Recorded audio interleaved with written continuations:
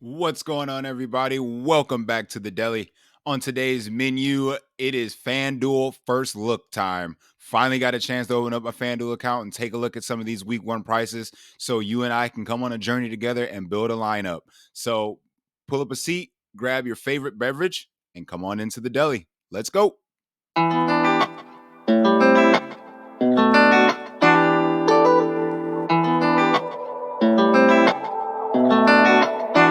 All right, everybody, here we are in the FanDuel lobby. This is my first time getting online and looking at everything. So you and I are going on this trip together. I'm just going to be making lineups, so it doesn't really matter what kind of contest you want to enter, but they are sortable on this side here. Like I said, I prefer single entry to the big, massive GPPs, but you can do whatever you want. Like I said, I want to give you the advice that I've learned over the years. Single entry is definitely the way to go for me. 3 entry max, maybe 5 entry max, and kind of diversify your portfolio when it comes to entering tournaments. Again, I'm going to get in here and build a tournament lineup, kind of give you my overall, view of the pricing here on FanDuel. FanDuel is my preferred site only because money counts the exact same way. I know a lot of people knock FanDuel for some strange reason. I don't understand why, because those checks cash the exact same way they do on DraftKings. I don't care if you're dominating on Yahoo.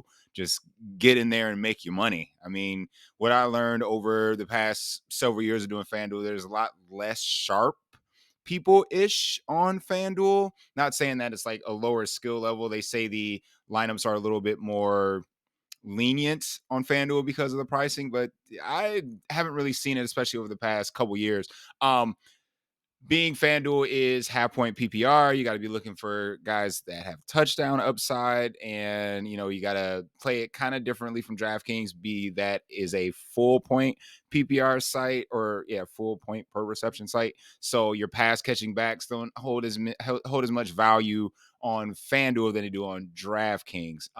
Third, slot receiver guys that get a ton of targets but never get in the end zone are definitely more valuable on DraftKings than they are here on FanDuel. But FanDuel, you look for touchdown upside. And again, the prices reflect that. So I'm just going to get straight into the QB position here. The Hurt Business leading the way at 9K against New England. Favorable matchup. But again, on the road, he is in the late hammer, though. So that could be a definite swaption here. Justin Fields, we saw what he can do with his legs. Last year going against Green Bay to open up. There's our cover boy from our DraftKings video. If you didn't check that one out, we did a first look over on DK, but his price is a little higher on this site than it is on FanDuel. It's got him priced above Joe Burrow here, 7,900. Joe Burrow looking real good. Tua, like I said, that same game with Miami and the Chargers, kind of want to target that. That's going to be a high scoring affair. Again, starts at 425, that late window. And again, I like to pick quarterbacks that go against the Minnesota Vikings. So whoever wins out between Trask and Baker Mayfield, I'm definitely going to have some exposure. Let's get in here into the dog tier here of quarterback. Oh, Sam Howell at 7,100. They must know something because he's priced above Derek Carr. So that's something interesting to look at. Brock Purdy probably going to be the starter if healthy.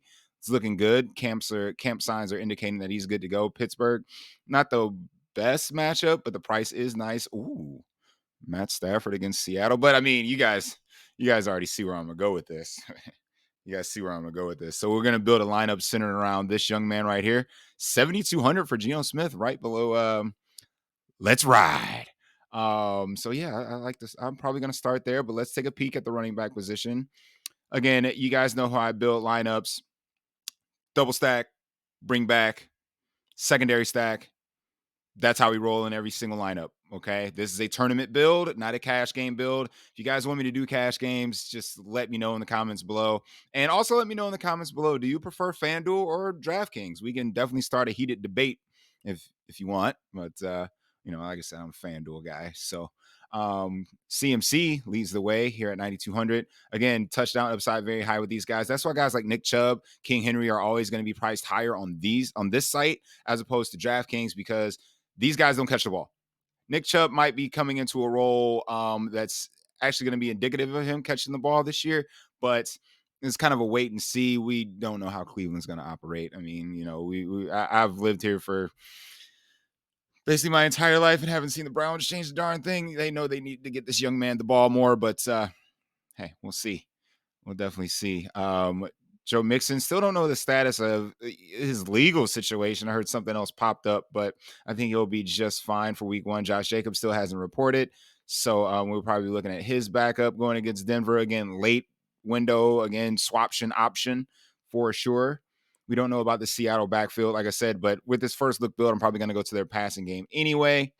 Let's see. Javante looks like he's going to be healthy. 6,500 is not a bad price. My boy Brian Robinson, again, touchdown heavy site. FanDuel 6,400 is not a bad price to pay.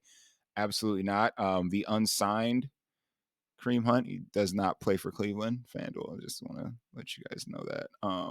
Antonio Gibson actually had a discount on FanDuel compared to DraftKings because, again, touchdown heavy site. The PPR stats don't really matter too much. And like I said, the situation in Las Vegas might get Zamir right here at a 5,700 price tag.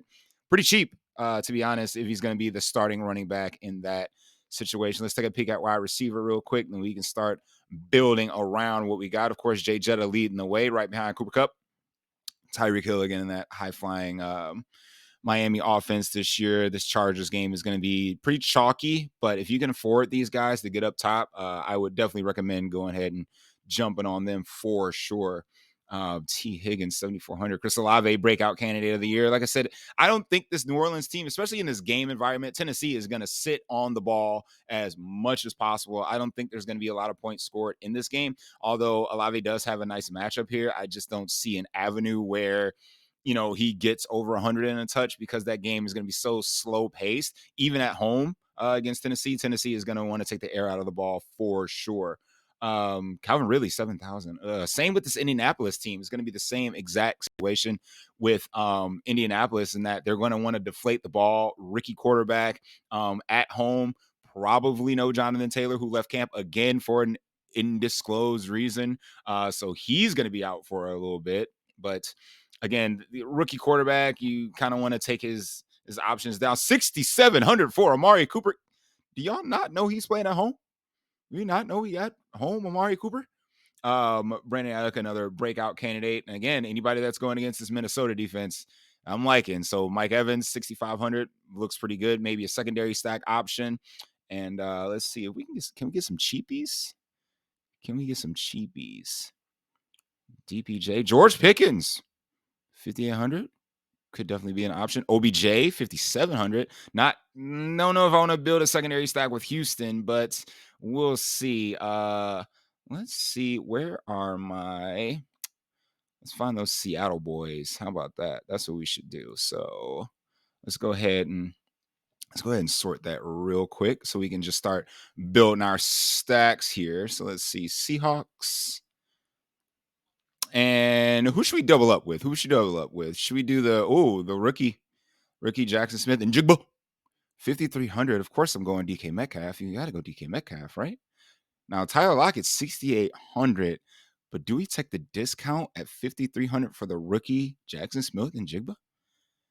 I think we settle on the discount now only because we already know what we're going to be doing at the other position on the other side of the ball because there's only run back candidates, and that's Cooper Kupp. So we're going to go ahead and swing over to the quarterback position here. Now, I'm going to see what we got for flex options, but normally Cooper Kupp will probably go in this flex spot because he's probably going to be my most expensive player going in the late window. So I have to swap off of something. I can definitely do that there. Again, your latest player in the flex spot, latest, most expensive player in the flex. Let's see. So we're slapping Geno here. Again, I really think this lineup is going to be this game is going to be super sneaky. Like I said, everybody's going to be focused on that Chargers Miami game here at 4:00, but there are some other options that could shoot out for sure. So like I said, Tampa Bay, Minnesota could be sneaky for no reason at all. Arizona, Washington could be sneaky. And we already know about the Cincinnati, Cleveland game. So a lot of high totals on opening week, and opening week is always nuts. So I'm going to take Geno at home, double stack him with DK and Jackson, and run it back with Cooper Kupp, and let's see what we got. Let's throw in a defense here. Look at these defensive prices real quick. I like the Commanders on DK, but FanDuel ain't gonna let you have them for free. FanDuel actually is hip to the Washington Commanders defense. They are the second highest priced defense on the board. Okay. All right. Let's slide out of that. Let's see who we got. I normally like to stay in this 4,000 to 3,700 range. Average per play looking at 61. That's going to go up here in a second. And let's see what we can do. Do we like, what they got for Jacksonville? Steelers? Oh, San Fran? No, absolutely not. Cleveland? Nope. You trust the Bears defense against Jordan Love? Should we just throw somebody in just for argument's sake, just to see what happens? I can't believe they put the Commanders defense at 4,900. They were not playing. DraftKings lets you have them for free. FanDuel, they ain't playing. Anybody else down here that maybe is a consideration? Houston, absolutely not. Something on the cheap, baby. Wow, this is going to be a tough decision. You know what? We're going to just stop here with, let's take the Chicago defense. Just for S and Gs. Again, this is the price range where I like to stay around. So I'm going to go ahead and put in Chicago's defense right now. Rookie quarterback on the road, opening day, could have some sack potential for sure. So that leaves us 7,200 per player. And if we want to get a secondary stack here, like I said, they put Amari Cooper at. Hold on, man. Hold on. Cooper Kupp, you got to move for a second. You got to move for a second. I mean, you mind if I have the spot, please?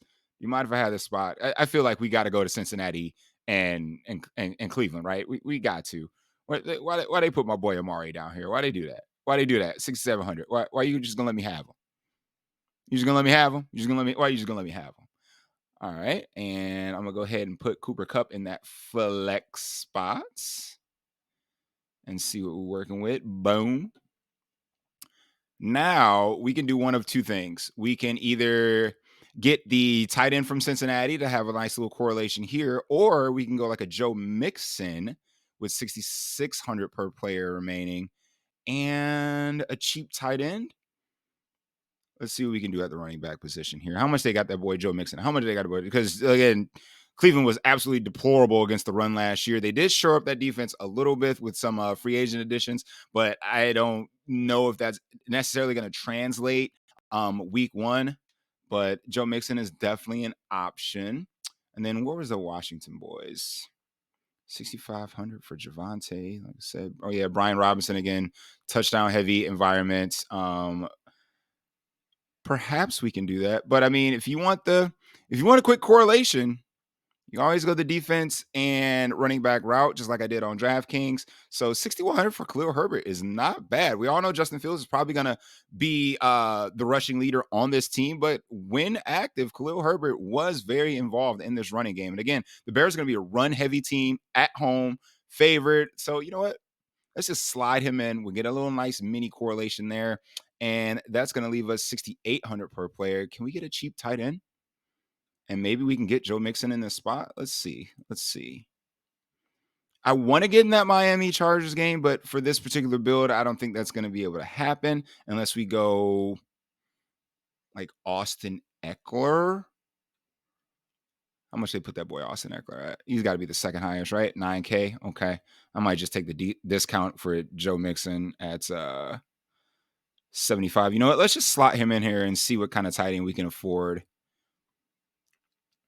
And then if we want to move and shake some stuff in our lineup, we can go ahead and do that. So go ahead and add this boy to cart real quick. Look at this, just tallying. I don't know what to do. Let's see, 63 or 6,200 for a tight end. You can definitely make Kyle Pitts. Please, no. Taysom Hill, of course, the FanDuel superstar when it comes to FanDuel. Again, broke the slate, 2 times last year? At least once. Evan Ingram, the Mooth, is available here. There's Njoku. So maybe if you want to go Njoku, Mixon, and you can switch this wide receiver spot, you can do that. 5,600 is not bad. If you want to get in that Chargers game, there's Gerald Everett, like I said. And, Cole Kmet. No, we already got our 2 Bears. Definitely got our 2 Bears. You know what? For S's and G's, how about we do this? How about we swap in Njoku for this particular lineup? Because we had Amari on the last lineup on DraftKings. Go ahead and take him out. And what do we got left for receivers? 7,300? Let's take a look at what we can do. Hey, Chris Olave. The Slim Reaper sitting at 7,200. If you want to get in that game, there's Mike Williams, who we featured on the last video. Again, 7,100. If you didn't see my awful best ball video, yeah, he was the vocal point of that particular video. So if we want to slide in that game, why don't we go ahead and do this? We can do Mike Williams for argument's sake and leave ourselves some room for some swaptions, a couple hundred left. So again, all these players, with the exception of Joe Mixon and of course David Njoku, are going to appear in that early window. So if these players can hit, then you might consider not switching off. But if you have some chalkier players later on in the day, I think this lineup is very not chalky whatsoever. So, but again, it's early. There's a few weeks left to go. These obviously is only a first look. Again, we quickly built this. We got our double stack with Geno, our rookie Jason Smith, and with DK. We're going to run it back with, of course, Cooper Kupp. Cooper Kupp probably going to be severely under-owned week 1, especially when you got guys like Justin Jefferson up top, the poster boy of DFS for the most part. Tyreek Hill in that high-flying game. Jamar Chase in that high-flying game. And again, if I wanted to have action to that game, I can swap off Geno completely, DK completely, Jackson Smith and Jigba completely, and get Tua, get Tyreek Hill, get Jalen Waddle, who's going to be down here instead of DK Metcalf. Like, prices are similar. Again, that $200 gap is still right there. So again, this lineup provides you a lot of flexibility and a lot of wide range of outcomes depending on how those 1 o'clock hits. So again, I'm more of a later starter guy. I want to see if those 1 o'clock guys hit and then kind of fill in my lineup from there. But this gives you some flexibility. I feel like this is how you should be building up your lineups as well. So again, got the Bears defense stacked up with Khalil Herbert. And then we got our secondary stack with David Njoku and Joe Mixon. So that's going to be the first look for FanDuel. If you guys got any questions, comments, please feel free to share them. Like and subscribe on your way out. Thanks for coming to the Deli today. I'm going to go ahead and close up the shop, and I'll see you guys on the next video. You guys take care. Peace. Flexing ain't discreet about it. Extra read about it.